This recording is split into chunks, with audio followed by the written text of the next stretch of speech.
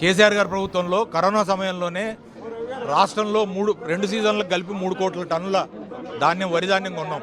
ఖమ్మం జిల్లాలో కూడా మొక్కజొన్నలో కూడా అట్లనే కొన్నాం. మరి ఇవాళ మద్దతు ధర ఎంఎస్పీ ఓన్లీ ప్రకటనకే పరిమితమైంది. కొనేది 1700కే కొంటా ఉన్నారు. వాటికి బస్తాలు లేవు. వరి ధాన్యం రైతులు కొనుగోలు కేంద్రాలు తీసుకొస్తా ఉంటే వాటిని నింపడానికి బస్తాలు లేవు. కాంగ్రెస్ కార్యకర్తలకే బస్తాలని చెప్పి అంటున్నారు. కొనుగోలు కేంద్రాల దగ్గర కాంగ్రెస్ వాళ్ళకే ముందు కాంటా పెట్టాలని చెప్పి మరి కండిషన్లు పెడతా ఉన్నారు. ఇవన్నీ కూడా చూస్తూ ఉంటే మరి కేసీఆర్ ప్రభుత్వం ఉన్నప్పుడు రైతుల కోసం అని చెప్పి చేసిన కార్యక్రమాలు అన్నీ కూడా మళ్ళీ గుర్తుకొస్తూ ఉన్నాయి. పండించే పంటకు పెట్టుబడి లేదు, కరెంటు చక్కగా లేదు, యూరియా చక్కగా ఇవ్వరు. దాని తర్వాత పండించిన పంటను కూడా సరిగా కొన్నా మరి దానికి గిట్టుబాటు ధర కూడా లభించే పరిస్థితి లేదు. ఇది ప్రజలకు ఆవేశానికి ఇది ఒక గొప్ప నిదర్శనం. రైతుల పండించినటువంటి ధాన్యాన్ని కొనుగోలు చేయలేని రాష్ట్ర ప్రభుత్వం ఆల్టర్నేట్ గా మొక్కజొన్నలు పండిస్తే బాగుంటుందేమోనని చెప్పే సలహా ద్వారా మొక్కజొన్నలు కూడా వేసుకుంటే మొక్కజొన్నలు కూడా కొనలేని దద్దమ్మ ప్రభుత్వం 2400 ఎంఎస్పీ ప్రైస్ ఉంటే రేట్ ఉంటే కనీసం 1500 1600 కూడా మార్కెట్లో ఎవరు కొనని పరిస్థితి.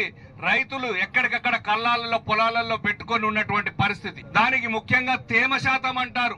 ఇంతటి ఎండల్లో తేమ ఎక్కడుంది? నిన్న కొణిజల్ల మండలం నుంచి కాల్ చేశారు. అక్కడికి బస్తాలు పోతే కాంగ్రెస్ నాయకులు బెదిరించారట. కాంగ్రెస్ రైతులకే బస్తాలు ఇవ్వాలి, కాంగ్రెస్ రైతులకే కాటాలు పెట్టాలి, కాంగ్రెస్ రైతుల యొక్క ధాన్యమే లారీలు ఎక్కించాలని చెప్పారట. మేము అధికారులు ఫోన్ చేస్తే వారంటున్నారు, సార్ మమ్మల్ని అమ్మనాభూతులు తిడుతున్నారు సార్, మమ్మల్ని బెదిరిస్తున్నారు సార్, మేము బీఆర్ఎస్ పార్టీకి మద్దతుదారులమని ముద్రేస్తున్నారు సార్ అని అధికారులు వాపోతున్నారు. కొన్ని చోట్ల అధికారులేమో అక్కడ ఇక్కడ ఒక్కళ్ళిద్దరు అధికారులేమో కాంగ్రెస్ పార్టీకి వత్తాస పలుకుతున్నారు.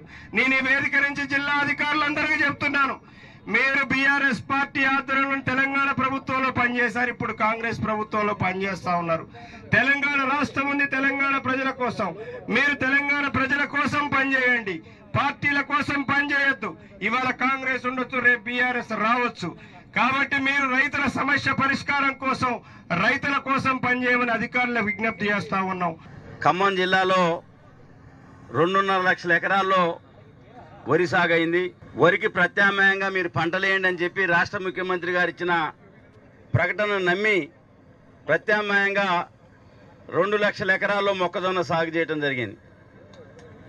ఈ పంటలన్నీ వచ్చి నెల రోజులు కావస్తున్న ఒక సమీక్ష కానీ, ఎక్కడ కొనుగోలు కేంద్రాలు పెట్టాలి, ఎన్ని వేల ఎకరాల మొక్కజొన్న పండితే కొనుగోలు కేంద్రాలు ఏర్పాటు చేయాలనో ప్రభుత్వానికి ఒక స్పష్టమైన అవగాహన లేకపోవటం, ఒక ప్రణాళిక లేకపోవటం, ముందు చూపు లేకపోవటం, వీటన్నిటి ఫలితంగా మొక్కజొన్న రైతులు, వరి పండించిన రైతులు తీవ్రమైన ఇబ్బంది పడుతూ ఉన్నారు. ఎలాంటి రిస్ట్రిక్షన్స్, ఎలాంటి కండిషన్స్ లేకుండా లాస్ట్ మొక్కజొన్న గానీ ఒడ్లు గానీ ఖచ్చితంగా కొనాలని ఖచ్చితంగా డిమాండ్ చేస్తూ ఖచ్చితంగా ప్రభుత్వం వెంటనే స్పందించి, జిల్లాలో ఉన్న మంత్రులు గానీ ప్రభుత్వం గానీ ఖచ్చితంగా స్పందించి రైతులకు ఇబ్బంది లేకుండా చూడాలని ఖచ్చితంగా డిమాండ్ చేస్తూ